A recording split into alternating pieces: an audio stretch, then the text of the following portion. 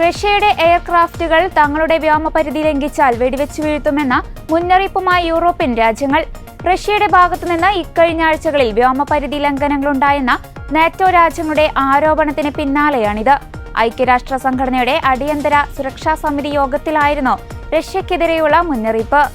കരുതിക്കൂട്ടിയോ അബദ്ധത്തിലോ അനുമതിയില്ലാതെയോ ഇനിയൊരു മിസൈലോ എയർക്രാഫ്റ്റോ ഞങ്ങളുടെ വ്യോമപരിധിക്കുള്ളിൽ പ്രവേശിക്കുകയും അത് വെടിവെച്ച് തകർക്കപ്പെട്ട നാറ്റോയുടെ ഭൂപ്രദേശത്ത് പതിക്കുകയും ചെയ്താൽ അതേക്കുറിച്ച് പരാതി പറയുവാൻ ദയവായി ഇങ്ങോട്ട് വരരുതെന്ന് പോളണ്ടിന്റെ വിദേശകാര്യമന്ത്രി റാഡോസ്ലോ സിർസ്കോവി പറഞ്ഞു.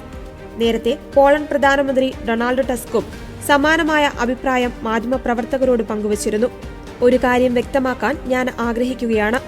ഞങ്ങളുടെ അതിർത്തി ലംഘിക്കുകയും പോളണ്ടിനു മീതെ പറക്കുകയും ചെയ്യുന്ന വസ്തുക്കളെ ചർച്ചകൾക്ക് നിൽക്കാതെ വെടിവെച്ചിടുവാനുള്ള തീരുമാനം ഞങ്ങൾ കൈക്കൊള്ളുമെന്ന് ടസ്ക് പറഞ്ഞു.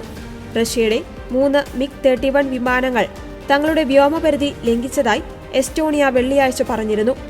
തുരത്തുന്നതിന് മുൻപ് 12 മിനിറ്റോളമായിരുന്നു ഇവ എസ്റ്റോണിയയുടെ വ്യോമപരിധിയിൽ തുടർന്നത്. ഈ മാസം ആദ്യം റഷ്യയുടെ 20 ഡ്രോണുകൾ പോളണ്ടിന്റെ വ്യോമപരിധിയിൽ പ്രവേശിക്കുകയും നാറ്റോ ഇവ വെടിവെച്ചിടുകയും ചെയ്തിരുന്നു. റൊമാനിയയുടെ വ്യോമപരിധിയിലും റഷ്യൻ ഡ്രോൺ പ്രവേശിച്ച സംഭവമുണ്ടായിരുന്നു. എസ്റ്റോണിയയുടെ അഭ്യർത്ഥന പ്രകാരം വിളിച്ചു ചേർത്ത UN യോഗത്തിൽ റഷ്യൻ ജെറ്റുകളുടെ റഡാർ രേഖകളും ചിത്രങ്ങളും കാണിച്ചു.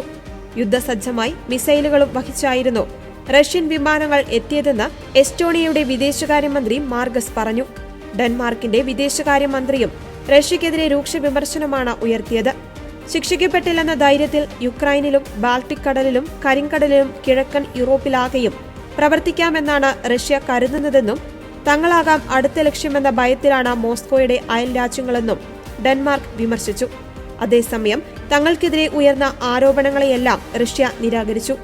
തെളിവുകൾ ഹാജരാക്കുന്നതിൽ എസ്റ്റോണിയ പരാജയപ്പെട്ടെന്നും നാറ്റോ അംഗങ്ങൾ സംഘർഷം സൃഷ്ടിക്കുകയാണെന്നും റഷ്യ കൂട്ടിച്ചേർത്തു.